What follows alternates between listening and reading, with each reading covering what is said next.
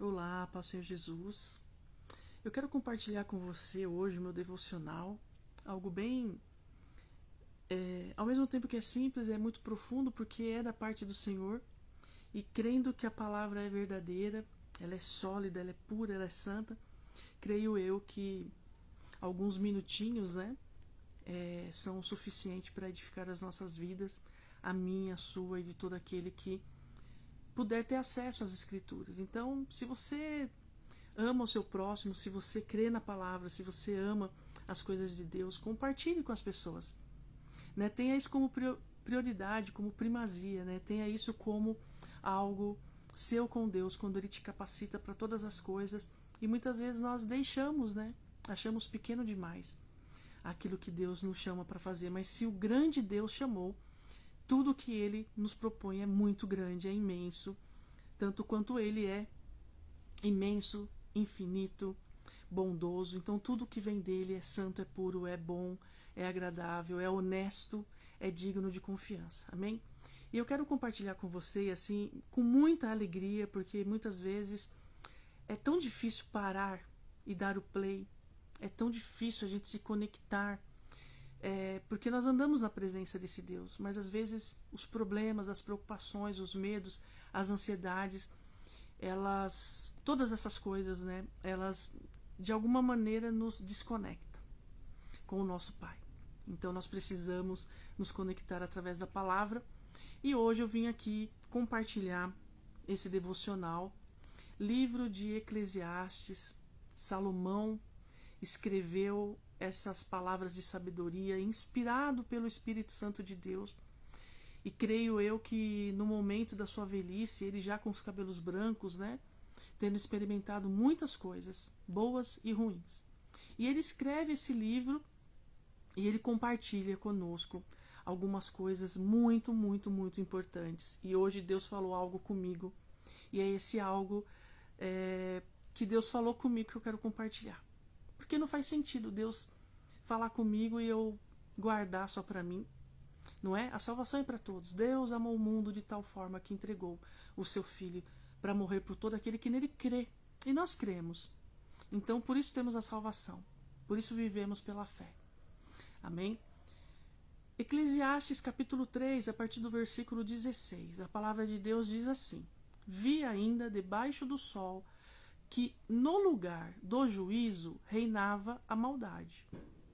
E no lugar da justiça havia mais maldade. Sabe, eu fico pensando que quando Salomão escreveu isso, e ele diz assim, que no lugar do juízo havia maldade, creio eu que ao invés do justo juiz, que é o próprio Deus, o legislador do universo, está governando, na verdade o que governa é a maldade. Por quê? Porque nós estamos aqui. E se nós não começarmos a reivindicar o reino de Deus aqui, para que ele, de forma soberana, governe sobre as nações, nós estamos fracassando como igreja, como corpo de Cristo. Porque a nossa missão é estabelecer o reino, aquilo que Jesus já iniciou. E que quando ele voltar, efetivamente, de uma vez por todas, será consumado. Então, tudo, no plano desse Deus eterno já existe. Mas alguns tempos para nós, seres humanos, ainda não chegaram. Nós estamos no processo, nós estamos caminhando, mas também estamos experimentando. E muitas vezes nós observamos essas coisas. O juízo de Deus opera? Não, você vê tanta injustiça, você vê pessoas condenadas, presas injustamente. Você vê coisas acontecendo que o nosso olhar natural não consegue explicar. Que são injustiça e muitas vezes nós perguntamos, Deus, por que tanta maldade? Porque o império das trevas está ativo e operante. E nós precisamos combater essas coisas. De que maneira? Com a verdade. Então, até que Jesus volte, é um bom combate. E nós temos que, alegremente, nos colocarmos à disposição. Porque muitas vezes estamos disponíveis, mas não estamos dispostos. Muitas vezes até queremos, mas não nos posicionamos. Muitas vezes até achamos lindo esse chamado de Deus, mas nós não atendemos ao chamado de forma efetiva, no combate da mentira com o evangelho, né? Então é tão perigoso, né, essas coisas de pregar qualquer coisa de qualquer jeito. Então ele diz assim: no lugar do juízo reinava a maldade. Então veja, se está reinando a maldade, está faltando o governo de quem? Isso no mundo, mas vamos trazer para a nossa vida, no nosso particular. O que reina sobre nós? A maldade ou o juízo de Deus? O que para nós tem mais serventia? A nossa maldade, a satisfação dos nossos desejos carnais ou o juízo de Deus? O código de legislação de Deus, dentro dos seus atributos muito particulares de Deus. O que nós estamos permitindo? O que está reinando em nosso coração? Nós precisamos questionar isso, examinar a nós mesmos. E aí ele continua: e no lugar da justiça havia mais maldade. Ou seja, quando o juízo governante, né, quando o mal impera, quais são as obras? O que resulta desse mal que governa, que reina? Mais maldade. Mais maldade. Por isso que Jesus ele nos ensinou ali em Mateus capítulo 5, 6 e 7, né, acerca das pessoas que entendem, né, dos pobres que serão, que herdarão o reino eterno, um reino de poder e glória, dos que chorem serão consolados, dos humildes que serão honrados e glorificados, porque ele entende que o reino de Deus é um reino de ponta cabeça em relação ao mundo. E nesse mundo, o que reina é a maldade. Então, aonde tinha que haver juízo para conversão, para regeneração, para uma consciência de que nós temos que voltar ao plano original de Deus, o que acontece? Acontece que o mal impera, governa, reina, aqui está escrito. E se Deus preservou esse texto é porque ele quer nos ensinar alguma coisa através dessa mensagem, registrada por Salomão, mas inspirada pelo próprio Espírito Santo de Deus. Porque nenhum humano é capaz de ter um discernimento tão santo e tão puro se não for inspirado pelo próprio Espírito de Deus, que é o próprio Deus, é a Trindade. Então, quando a nossa vida é governada pela maldade, as nossas justiças, os nossos atos de justiça serão maus. Tanto que o profeta diz assim, né, o nosso melhor ato de justiça para Deus é como um trapo de imundícia. Porque nós só viveremos a justiça real se nós estivermos debaixo do juízo, do poder, da soberania, do governo de Deus. Amém? E aí ele diz assim, olha, Deus julgará o justo e o ímpio. Ou seja, ele virá com o tribunal, ele está atento, ele está observando. E naquele grande dia, Jesus vai separar o joio do trigo. E ele vai dizer, olha, vinde benditos do meu Pai, ou apartai-vos, malditos. E algumas pessoas ainda vão questionar. Não, mas eu ia para a igreja, eu curei, eu fiz isso, eu fiz aquilo. E Jesus vai dizer assim, então, mas não... a sua motivação não era a minha glória. Você fez tudo isso, e o que você praticou até é correto, mas a sua motivação era você mesmo. Você fazia em torno de você mesmo, para satisfazer você mesmo, para gloriar a você mesmo. Eu nunca estive nos seus planos. Você usou da minha palavra, você usou dos meus ensinos para alcançar coisas para você. É isso que Jesus não reconhece em nós. Então, quando Jesus vem na forma de homem, o que ele quer mostrar?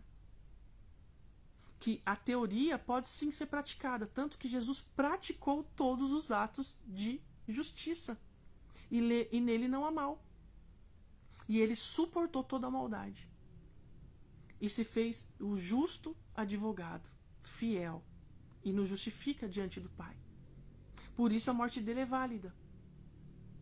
Por isso o sacrifício dele é válido e nos resgata do império das trevas, desse reinado de maldade. Então, quando nós estamos no reinado da justiça de Deus e Deus efetivamente governa sobre nós, nós já não praticamos mais as maldades. A não ser que de forma involuntária, porque ainda somos carne, né? Algumas vezes vamos ali cometer alguns excessos, alguns enganos, faz parte da nossa natureza, mas não é consciente. E quando essa maldade, esse ato de injustiça é praticado por nós, esse pecado, essa iniquidade é praticado por nós nos ofendemos, nós já repudiamos, nós ficamos tristes, nós já buscamos, né, o perdão de Deus imediatamente. Porque o Espírito Santo ele já nos convence, isso aí foi errado. Você falou de forma errada, você foi grossa, você foi imatura, você foi inconsequente, você magoou, você errou, você acusou, você condenou. E aí quando ele nos convence, a gente toma o senso, o discernimento do juízo e da justiça de Deus em relação ao nosso pecado, e aí nós confessamos. E isso é lindo, sabe por quê? Porque Deus tem perdão. Isso é o mais maravilhoso. Agora, o que a gente não pode brincar é com a santidade de Deus. E pecar, e pecar, e pecar e achar que, Senhor, me perdoa, e no outro dia está fazendo tudo igual. Há que se ter um esforço da nossa parte. Nós precisamos se esforçar, nos engajar, porque quando a gente quer um trabalho, a gente não se esforça. Quando a gente quer elaborar um plano, realizar um sonho, a gente não se esforça. Quando a gente quer uma faculdade, a gente não se esforça. Às vezes deixa de jantar ou de almoçar só para pagar a mensalidade da escola. Não é assim? Por que com as coisas eternas nós não nos desempenhamos um engajamento tão, né, mais solidificado, mais real, mais verdadeiro? E para as coisas do mundo, a gente tem disposição. Porque as coisas do reino de Deus, infelizmente, enquanto nós estivermos aqui, nós não conseguimos enxergar. Mas não é porque não vemos que não existem. Por isso a fé é a certeza, é a convicção de tudo aquilo que Deus prometeu e do que Ele falou para nós. Então nós cremos, mesmo sem ver absolutamente nada. Mas se não for para crer que Jesus vai voltar no padrão bíblico, não há motivo para esperarmos. A nossa vida acabou. A gente vai viver pelo padrão do mundo e retornaremos ao pó, porque do pó viemos, para lá voltaremos. E Salomão, ele fala sobre isso. E aí quando ele diz que Deus julgará o justo e o ímpio, veja, ele julgará, inclusive o justo. Porque no tribunal de Deus, todo mundo vai se apresentar. Uns para serem condenados, porque já estão condenados mesmo. Então não é que vai ser condenado, nós já estamos condenados nos nossos pecados. E o justo não é que ele seja inocente, ele não vai ser absolvido, mas diante do tribunal ele vai ser justificado. Por quê? Porque Jesus já foi condenado no nosso lugar, já pagou o preço, já cumpriu a pena, então sobre nós não há mais condenação. Não porque somos bonzinhos, mas porque diante de Deus, mediante o sacrifício de Cristo, fomos e já estamos justificados. Amém? Então, no tribunal de Cristo, todos vão se apresentar. Uns para a honra, outros para a desonra. Só que como Deus é eterno, a honra é eterna e a desonra também será eterna. Então imagina uma vergonha eterna. E a gente preocupado com a reputação desse mundo. Só que esse mundo, essa reputação é uma fraude. Essa reputação que a gente busca aqui no mundo, na verdade, é uma adoração ao Deus desse mundo. Então é algo falso. É algo que não vai nos levar para lugar nenhum. E Salomão continua: há um tempo para todo propósito e para toda obra. Sabe, eu fico pensando assim, o tempo está correndo de igual maneira para todo mundo, para aquele que é ímpio e para aquele que é justo, diante de Deus, né? Porque às vezes a gente acha que uma pessoa está praticando algo e ela é boazinha, só que não crê em Jesus Cristo, então não adianta de nada aquela boa obra. Porque a obra de Deus é fazer com que cada dia nós possamos ser mais parecidos com Jesus Cristo. Essa é a obra. É Jesus Cristo em nós. João 6, versículo 29. Depois você lê na sua Bíblia. A obra de Deus é Cristo revelado em nós. E Cristo revelado em nós revela o próprio Deus em nós. Porque é tudo junto e misturado. É pegar um monte de ovo, quebrar, tirar aquela casca, acessar o que está dentro, bater, bater, bater, bater, bater, bater. Virou omelete. Uma mistura homogênea. Porque se nós somos a semelhança e a imagem de Cristo, nós nos parecemos com Ele. Nós nos misturamos com Ele. E essa mistura é para a santidade. Porque Deus não se mistura com coisa impura. Tudo que Ele toca se purifica pelo poder que há nele. O amor dele nos constrange. Então, se o amor de Deus não está nos constrangendo a ponto de abandonarmos as nossas práticas de injustiça, nós não conhecemos a Deus. É só um sentimento. E isso, esses efeitos pirotécnicos, o diabo também produz. Porque como é que ele convenceu Eva? Seduzindo, empolgando, motivando, mostrando algo diferente, que mexesse o quê? Com as emoções dela. Por isso que Deus diz, o culto é racional. O culto não é emocional. Se você só consegue perceber culto num ambiente, numa atmosfera de muita emoção e de muita algazarra, talvez você não conheça Jesus. Não vou dizer que não conheça, porque cada um tem uma mania, uma maneira, um jeito, uma particularidade de demonstrar fé. Mas se você precisa de um sentir, então você não conhece a Deus. Porque Deus é saber que Ele existe, por isso a fé. Sabemos que Ele existe, né? Sentimos. Quando eu fui abandonar o meu pecado, eu não estava sentindo. Mas quando eu descobri a verdade, porque o Espírito Santo me convenceu da verdade, pela palavra e por tudo aquilo que Ele foi colocando ali à minha disposição para que eu me convencesse, sem sombra de dúvida, aquilo que eu estava vivendo numa prática contrária à Bíblia, que no meu caso específico foi a homoafetividade, todo tipo de imoralidade sexual, o que aconteceu? Eu disse, olha, não estou sentindo, mas eu renuncio. E por que eu renuncio? Porque eu entendi que o Senhor não aceita essa prática. Agora, era uma vontade da minha carne? No outro dia eu deixei de sentir vontade? Não, eu continuei sentindo. Mas a verdade me libertou daquela mentira. E uma vez que eu entendi qual é o caminho, eu não vou continuar na direção errada. É a mesma coisa, você está querendo chegar no Rio de Janeiro. Aí te fala assim, ó, vai por aqui. Aí você fala, não, estou sentindo vontade de ir por aqui. Você vai chegar no Rio de Janeiro? Não vai. Então qual que é o meu desejo? Me encontrar com o meu noivo, com Jesus Cristo. E Ele me deu a direção. Ele falou, ó, essa direção que você está andando não vai te levar para o meu Pai. Mas essa direção aqui, ó, vai te levar. Eu tô te garantindo, eu sou o caminho, anda comigo. Eu tive que escolher. Não tinha como eu ir para as duas direções. Eu não tinha como me rachar. Só que para seguir na direção de Cristo, eu precisei morrer. Eu precisei silenciar minha carne. Eu precisei renunciar ao meu pecado. Agora, o sentir perdura um tempo. A sensação, a emoção, a carne, ela resiste por um tempo. Mas aquela verdade é tão absoluta dentro do seu coração que aos poucos a carne silencia, ela já não fala mais nada. Às vezes o inimigo vem e planta uma ideia, uma sensação. Mas se você ouve, discerne, olha, isso aqui não tem a ver com a palavra de Deus, você já rejeita.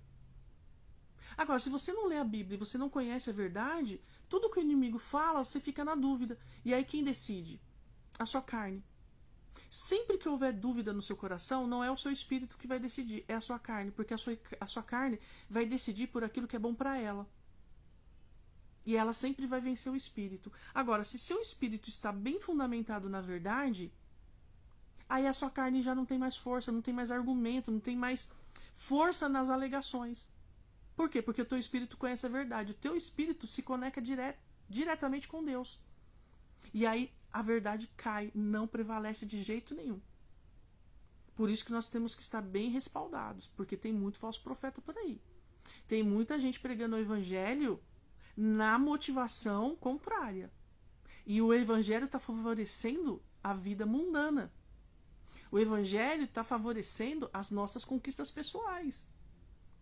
O evangelho que estão pregando por aí, não vou dizer todos, porque tem pessoas maravilhosas que me edificam demais. Eu sou grata a Deus pela vida dessas pessoas, que inclusive eu acompanho na internet, né? Que me ensinam como ser ensinável e como também ensinar outras pessoas e ter a generosidade de compartilhar. Porque não é fácil, sabia? Compartilhar da palavra de Deus.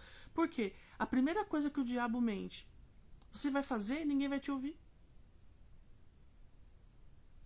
Mas não é que ninguém vai me ouvir, é que ninguém quer a verdade do evangelho.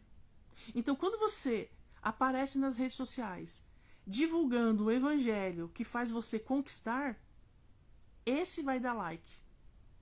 Quando você fala de um evangelho que vai fazer você renunciar, esse não dá like. E glória a Deus quando não tem seguidor. Glória a Deus quando você não fica sabendo da quantidade. Por quê? Porque o nosso coração é orgulhoso.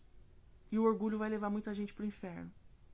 Então esse evangelho que estão pregando, de acordo com o que o Salomão percebeu na sua vida e gastou parte da sua juventude com imoralidades, inclusive morais, ele diz aqui que nesse tempo, nesse propósito, para toda obra, e aqui ele não define se são boas obras ou más obras, mas ele diz que há um tempo para todo o propósito e para toda obra. Isso significa que os ímpios estão praticando as suas obras. E que os bons em Deus, porque ninguém é bom, mas os justos, aqueles que estão justificados em Cristo, também estão praticando as suas obras. Qual que é a questão? É a nossa motivação. Porque o justo não é justo porque faz boas obras. Ele pratica boas obras porque ele é justo. Entende? Então vou repetir. O justo não se tornou justo porque pratica boas obras. Ele pratica boas obras porque ele já é justo. E ele não se aguenta. E ele quer, né, praticar essas obras de justiça, porque ele invoca para ele o reino, o governo de Cristo. Jesus disse: orem ao Pai que está no céu, para que o nome dele seja santificado através da vida de vocês, para que ele não seja envergonhado, blasfemado, desonrado por causa do mau exemplo de vocês, e peçam para que ele venha governar. Faça a sua vontade na terra como já é feita no céu. Não é faça a sua vontade na terra e no céu, não. Por que trazer a vontade de Deus na terra como é feita no céu? Para que as coisas sejam exatamente aqui como é lá. Só que como a igreja não se posiciona, por falta de coragem de dizer aquilo que precisa ser dito, porque senão todo mundo vai sair dos grandes pontos de pregação, o que tem motivado as pessoas a saírem das suas casas para irem nesses lugares? Palavras de motivação. Palavras que criem uma certa empolgação. Só que isso salva? Não. Isso condena. Por quê? Porque quando estamos diante da palavra de Deus, essa palavra que confronta, quem pode resistir à presença de Deus? Quem é que pode ficar em pé diante da glória de Deus? Como é que a gente consegue rir quando Deus está expondo os nossos pecados diante da santidade dele? Como é que eu posso ficar feliz? Porque eu fico constrangida, eu fico com vergonha de mim mesmo. E eu sempre faço questão de dizer quão miserável eu sou. Quão grata eu sou porque Deus me tirou do império das trevas. Ele me arrancou do colo de Satanás. E me perdoe pela expressão, mas eu mamava na teta do capeta. Sabe? Porque eu estava totalmente cega. Totalmente iludida, totalmente enganada. Sabe por quê? Porque eu pegava aquele versículo: mas Deus amou todas as pessoas. Jesus morreu por todo mundo. Sobre nós não há mais condenação, porque afinal de contas eu já confessei Cristo como meu Salvador. Porque todas as coisas cooperam para o meu bem, porque em tudo eu sou mais que vencedor. Então eu pegava esses versículos isolados e desconsiderava a criação, o princípio de todas as coisas. Eu era doida de pedra. Então eu mamava na teta do capeta, com perdão da má palavra, Se bem que não é palavrão, né? É um termo chulo, mas era assim. E a gente precisa começar a alertar as pessoas. Porque o próprio Cristo disse, olha, um dos sinais são os falsos profetas. E o que quer dizer falso profeta? É profeta, mas é falso. Mas por que falso profeta ser profeta, Veridiana? Porque usa a Bíblia, não vive a Bíblia. É diferente. É diferente eu chegar aqui para você e falar um texto bíblico como eu estou fazendo. Mas você não me conhece pessoalmente. Talvez você só me conheça de um vídeo. E talvez você me ache, uau, ela fala com autoridade, ela não tem medo de se expor. Mas talvez se você andar comigo, que pela misericórdia de Deus não é isso. Mas assim, talvez se você andar comigo, você perceba que eu sou uma cretina. Uma fraudulenta, uma farsa, uma mascarada. E é o que está acontecendo. As pessoas estão tratando os pregadores como ídolos, como celebridades. Só que enquanto o Rei Jesus veio, e veio destituído de todo o seu poder e glória e majestade, para viver tudo que ele viveu aqui em nosso lugar, ninguém deu honra a ele. E a gente quer ter honra? Se ele disse assim, pegue a sua cruz e me siga, venha após mim. Ele te fez um convite para andar atrás dele. E ir para onde ele foi, passar o que ele passou, sentir o que ele sentiu, sofrer o que ele sofreu. Mas qual que é a nossa alegria? A salvação. Se a morte de Jesus Cristo não foi suficiente para você ficar feliz todo dia, passando todo e qualquer perrengue que você passa, você não entendeu a cruz. Você não entendeu o evangelho. Você não entendeu a missão. Porque Deus não está preocupado com os nossos perrengues, com as nossas questões pessoais. Se vai ou não vai realizar sonho. Ele vai cumprir o propósito. Porque debaixo do céu há um tempo para todo propósito, para toda obra. Agora, qual que é o problema? Que a gente quer definir. Deus, na minha vida, você vai fazer essa obra. O propósito é esse. A gente quer determinar para o Criador o que ele tem que fazer. Porque, afinal de contas, a gente pega um versículo aqui, outro ali. O Senhor é o meu pastor e nada me falta. De fato, nada falta. Mas será que ele quer te dar uma casa com piscina e com uma quadra de tênis e um campo de futebol? E um apartamento triplex, cobertura, na praia de Enseada, no Guarujá? Ou em balneários de Camboriú? Ou em qualquer outra praia de uma grande cidade litorânea? Um apartamento em Nova York? Um em Las Vegas? Um em Miami? Um em Tóquio? E nas maiores capitais do universo? Será que é esse o propósito da cruz? Porque quando Jesus veio, o diabo ofereceu os reinos desse mundo para ele, todo o poder e toda a glória. E ele falou, tá vendo tudo isso? E talvez de uma forma muito pirotécnica, o diabo mostrou para ele todos os reinos da terra, porque isso está escrito na palavra. E Jesus falou assim, não, muito obrigada, tô de boa, vai dar um rolê porque eu não tenho mais conversa aqui com você. E em nenhum momento Jesus fugiu da situação, fugiu do confronto. Ele encarou Satanás. Não, muito obrigada, não, muito obrigada, não, muito obrigada. Tchau, fala com a minha mão. Nós fazemos isso? Porque quando o diabo vem dizer que evangelho é pra gente conquistar, a gente abraça o capeta e sai dando pulinho, fazendo festinha. É assim que a gente se comporta. Por isso, naquele dia, muitos cairão. Porque o diabo vai vir com todo o seu show circense, vestido de palhaço para o macaco bater palma. E sabe o que vai acontecer? Se você não estiver firme nessa palavra para aguentar pobreza, fome, miséria e tudo aquilo que o próprio Jesus já anunciou que seria necessário que acontecesse, como sinais dos últimos tempos, você vai se bandear para o lado do capeta. Porque é assim que funciona. Quem serve a Deus para ter coisas nunca será um filho de Deus. Porque está mais preocupado com o ter do que com o ser. E Jesus não chamou ninguém para ter. Pelo contrário. Jesus nos chama para ser. Ser o quê? Ser cristão? Não, para ser como ele é. Pequenos cristos. Entende? a ponto de sacrificar a própria vida por amor a Deus, por amor ao Evangelho. Como os mártires fizeram. Só que a gente quer isso? Não, não, não, não, não, não. Só prosperidade. Venha a mim e o vosso reino e tá tudo certo. E aí a igreja com as pessoas? Não é mais ir de pregar e fazer discípulo. É vinde e ouvir. E se você não vir, problema seu. Então a igreja não está indo para o mundo. Ela está chamando o mundo para dentro. Cara, eu fico apavorada. Eu estou vendo, vivendo, experimentando coisas nos últimos tempos. Que assim, eu tenho clamado para Deus ter misericórdia de mim, para eu não pecar de pensar mal das coisas, das pessoas, das pregações, etc. Ah, Veridiana, porque você quer ser muito corretinha, você é muito ligadiça. Não, gente, é porque eu sei a prostituição que eu vivia. Eu sei o mau cheiro que eu...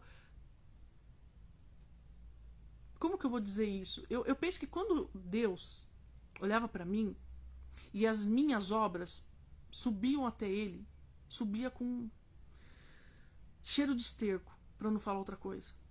Mau cheiro. Insuportável. Nas narinas de um Deus santo. Deus sabe o quanto eu me envergonho.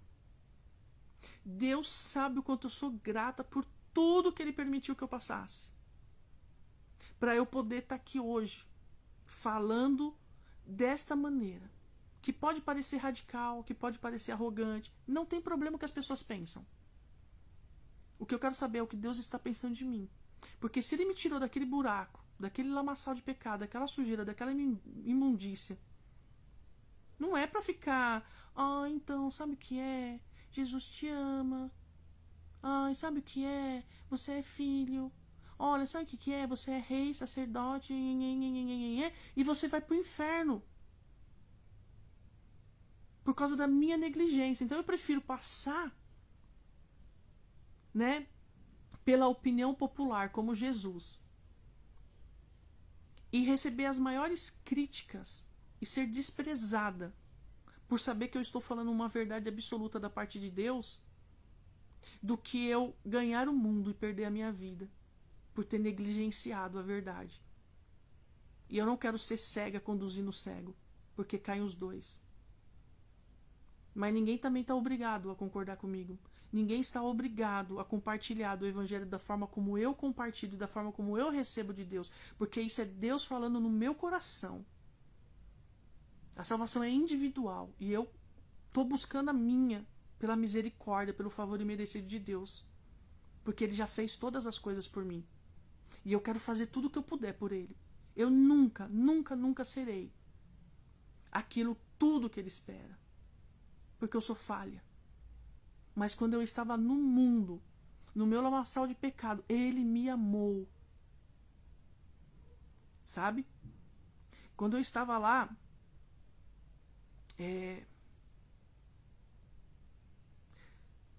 quando eu estava lá caída, fedendo, Ele não fez acepção de pessoas. É isso que a Bíblia quer dizer quando Jesus disse, Paulo disse, os grandes discípulos disseram, Deus não é um Deus que faz acepção de pessoas. Ele quer salvar o ímpio. E eu sei. Porque eu fui ímpia. Só que para Deus eu era o bom perfume de Cristo. Você já experimentou isso? Você já parou para analisar onde você está? Para onde Deus quer te levar? Ou onde você já esteve e Deus te tirou de lá?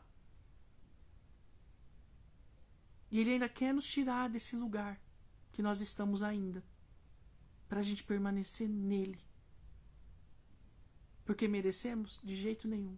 Nós não merecemos nada a não ser a morte. Morte sumária. É isso que nós merecemos. Sermos esmagados pelo dedo de Deus. Porque foi isso que Cristo recebeu naquela cruz. Ele foi esmagado. A carne dele foi triturada com chibatadas. tinham que ser aqui, ó, no nosso lombo.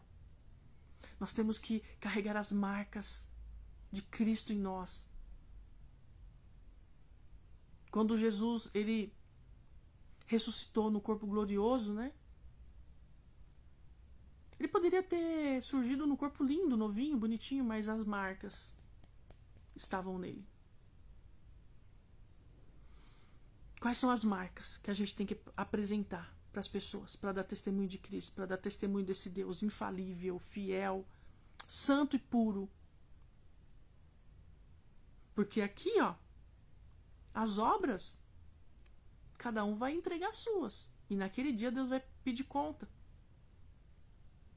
Então a gente tem que orar e falar: Senhor, me ensina quais são as obras que eu preciso praticar. Por favor, tenha misericórdia de mim.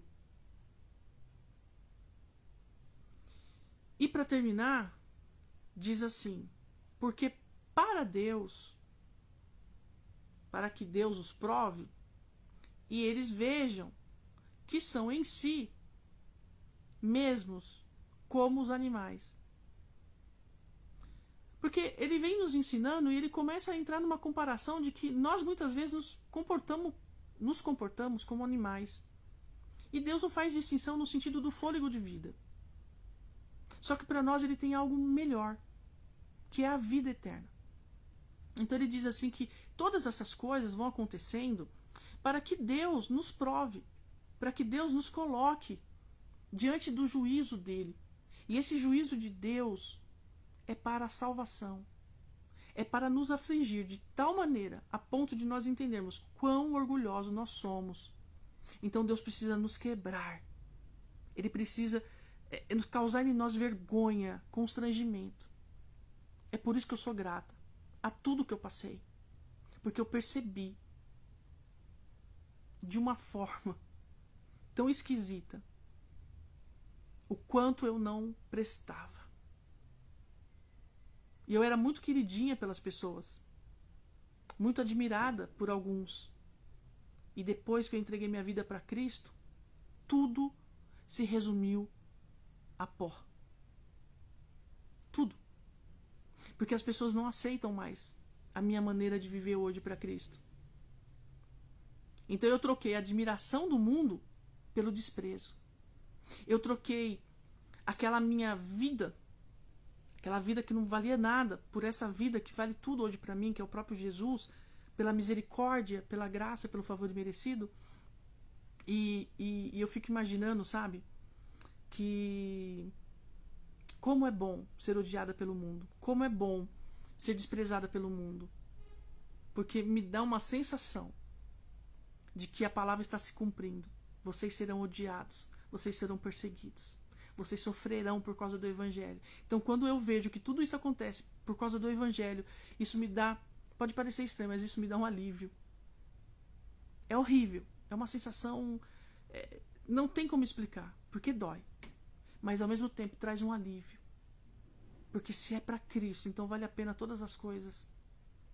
Ele vive em mim, então tá tudo certo. Vai valer a pena naquele dia. Pela misericórdia, ele dirá: Veridiana, vinde bendita do meu Pai. E eu quero muito esse dia. Eu quero muito. Eu não quero perder isso por nada. Não quero perder isso por nada. Então, que nós possamos trabalhar a favor desse reino. Porque no último versículo, ele diz assim: assim perceber que não há nada melhor para o ser humano do que desfrutar do seu trabalho.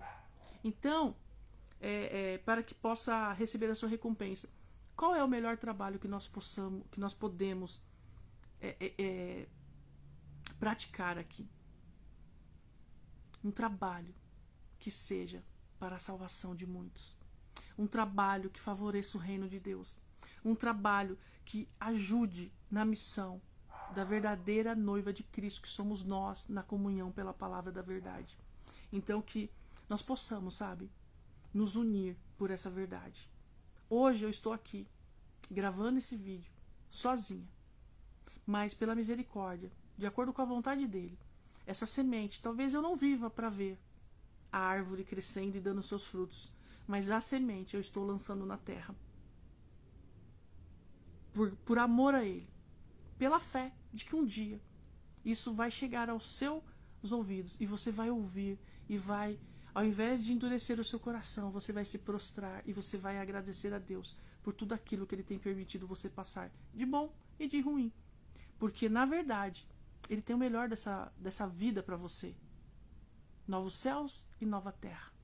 Amém? Desfrute disso na esperança de que Jesus virá e que você fará parte da grande mesa onde o próprio Senhor Jesus vai estar conosco ali e nós cearemos com Ele por toda a eternidade.